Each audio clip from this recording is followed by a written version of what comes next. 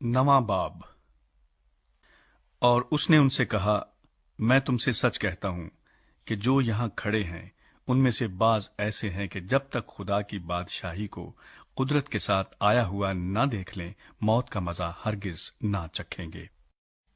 सूरत की तब्दीली। 6 दिन के बाद यीशु ने पतरस और याकूब और यूहन्ना को हमरा लिया और उनको अलग एक ऊंचे पहाड़ पर तन्हाई में ले गया, और उनके सामने उसकी सूरत बदल गई और उसकी पोशाक ऐसी नूरानी और नहायत सफेद हो गई कि दुनिया में कोई धोबी वैसी सफेद नहीं कर सकता।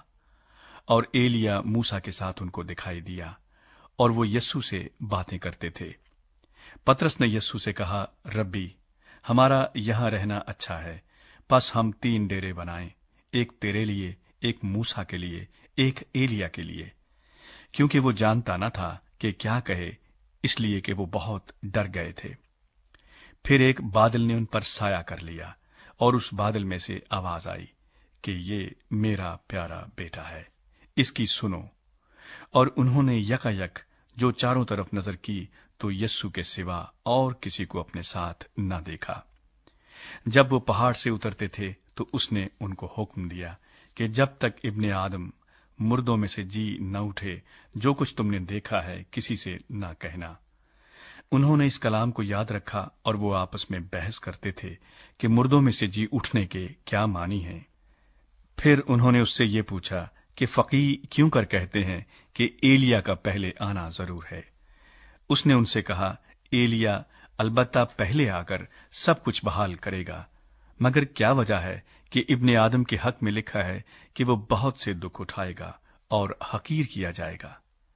लेकिन मैं तुमसे कहता हूं कि एलिया तो आ चुका, और जैसा उसके हक में लिखा है उन्होंने जो कुछ चाहा उसके साथ किया। बदरू गिरफ्ता लड़की को शिफा। और जब वो शागिर्दों के पास आए तो देखा कि उनकी चारों तरफ बड़ी भीड़ है और फकीह उनसे बहस कर रहे हैं। और फिलफौर सारी भीड़ उसे देखकर नहायत हैरान हुई और उसकी तरफ दौड़कर उसे सलाम करने लगी। उसने उनसे पूछा, तुम उनसे क्या बहस करते हो? और भीड़ में से एक ने उसे जवाब दिया कि आए उस्ताद, मैं अपने बेटे को जिसमें गूंगी रूह है तेरे पास लाया था। वो जहां उसे पकड़ती है पटक देती है, और वो कफ भर लाता और दांत पीसता और सूखता जाता है। और मैंने तेरे शागिर्दों से कहा था कि वो उसे निकाल दें, मगर वो ना निकाल सके। उसने जवाब में उनसे कहा, आए बेतकाद कौम, मैं कब तक तुम्हारे साथ रहूंगा? कब तक तुम्हारी बर्दाश्त करूंगा? उसे मेरे पास लाओ। बस वो उसे उसके पास लाए, और जब उसने उसे देखा तो फिलफौर रूह ने उसे मरोड़ा और वो जमीन पर गिरा और कफ भर लाकर लौटने लगा। उसने उसके बाप से पूछा, ये इसको कितनी मुद्दत से है? उसने कहा, बचपन ही से, और उसने अक्सर उसे आग और पानी में डाला ताकि उसे हलाक करे। लेकिन अगर तू कुछ कर सकता है तो हम पर तरस खाकर हमारी मदद कर। यीशु ने उससे कहा, क्या अगर तू कर सकता है? जो एतकाद रखता है उसके लिए सब कुछ हो सकता है।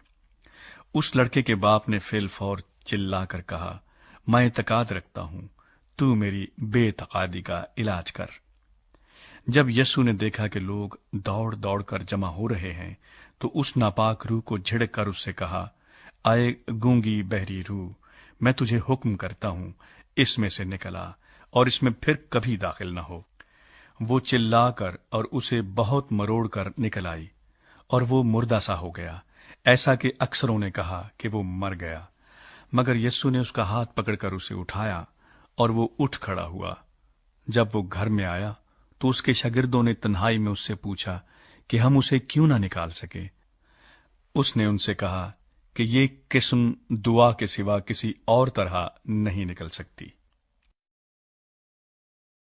यीशु मसीह के मसाइब और मौत का दोबारा बयान। फिर वहां से रवाना हुए और गलील से होकर गुजरे, और वो ना चाहता था कि कोई जाने, इसलिए कि वो अपने शागिर्दों को तालीम देता और उनसे कहता था कि इब्ने आदम आदमियों के हवाला किया जाएगा और वो उसे कत्ल करेंगे, और वो कत्ल होने के 3 दिन बाद जी उठेगा। लेकिन वो इस बात को समझते न थे और उससे पूछते हुए डरते थे। बड़ा कौन है? फिर वो कफरनहूम में आए, और जब वो घर में था तो उसने उनसे पूछा कि तुम राह में क्या बहस करते थे। वो चुप रहे, क्योंकि उन्होंने राह में एक दूसरे से ये बहस की थी कि बड़ा कौन है। फिर उसने बैठकर उन 12 को बुलाया और उनसे कहा कि अगर कोई अव्वल होना चाहे तो वो सब में पिछला और सबका खादिम बने। और एक बच्चे को लेकर उनके बीच में खड़ा किया। फिर उसे गोद में लेकर उनसे कहा, जो कोई मेरे नाम पर ऐसे बच्चों में से एक को कबूल करता है वो मुझे कबूल करता है, और जो कोई मुझे कबूल करता है वो मुझे नहीं बल्कि उसे जिसने मुझे भेजा है कबूल करता है। जो हमारे खिलाफ नहीं वो हमारी तरफ है। यूहन्ना ने उससे कहा, आए उस्ताद, हमने एक शख्स को तेरे नाम से बदरूहों को निकालते देखा और हम उसे मना करने लगे, क्योंकि वो हमारी पैरवी नहीं करता था। लेकिन यस्सू ने कहा, उसे मना न करना, क्योंकि ऐसा कोई नहीं जो मेरे नाम से मोजज़ा दिखाए और मुझे जल्द बुरा कह सके, क्योंकि जो हमारे खिलाफ नहीं वो हमारी तरफ है।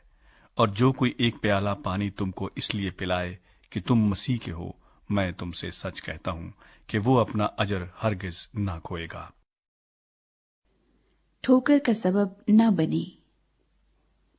और जो कोई इन छोटों में से जो मुझ पर ईमान लाए हैं किसी को ठोकर खिलाए, उसके लिए ये बेहतर है कि एक बड़ी चक्की का पाट उसके गले में लटकाया जाए और वो समुद्र में फेंक दिया जाए। और अगर तेरा हाथ तुझे ठोकर खिलाए तो उसे काट डाल। टुंडा होकर जिंदगी में दाखिल होना तेरे लिए इससे बेहतर है कि 2 हाथ होते जहन्नम के बीच उस आग में जाए जो कभी बुझने की नहीं, जहां उनका कीड़ा नहीं मरता और आग नहीं बुझती। और अगर तेरा पांव तुझे ठोकर खिलाए तो उसे काट डाल। लंगड़ा होकर जिंदगी में दाखिल होना तेरे लिए इससे बेहतर है कि 2 पांव होते जहन्नम में डाला जाए, जहां उनका कीड़ा नहीं मरता और आग नहीं बुझती। और अगर तेरी आंख तुझे ठोकर खिलाए तो उसे निकाल डाल। काना होकर खुदा की बादशाही में दाखिल होना तेरे लिए इससे बेहतर है कि 2 आंखें होते जहन्नम में डाला जाए, जहां उनका कीड़ा नहीं मरता और आग नहीं बुझती। क्योंकि हर शख्स आग से नमकीन किया जाएगा और हर एक कुर्बानी नमक से नमकीन की जाएगी। नमक अच्छा है, लेकिन अगर नमक की नमकीनी जाती रहे तो उसको किस चीज से मजेदार करोगे? अपने में नमक रखो और एक दूसरे के साथ मेल मिलाप से रहो।